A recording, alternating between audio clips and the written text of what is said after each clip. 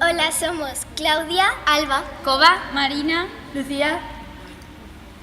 Somos gimnastas del Club Gimnasia Rítmica Quart de Poblet, Valencia. Tenemos entre 11 y 13 años. Entrenamos 5 días a la semana, 3 horas cada día.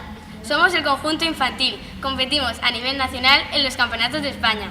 Nos gustaría que nos cogierais para que todo el mundo conociera la gimnasia rítmica. Hemos preparado este espectáculo de contorsionismo y esperemos que os guste mucho. ¡Nos vemos pronto!